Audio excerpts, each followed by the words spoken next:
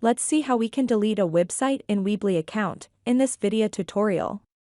Please subscribe to my channel if this video is helpful to you. It helps us to create more and more videos for you. Once we log into Weebly account, we need to click this My Site tab. And again, we need to select the site and click the three-dotted More link for the site. Next, we need to select this Delete Site tab from this menu. Again here, we need to confirm the site deletion, as the site will be permanently deleted.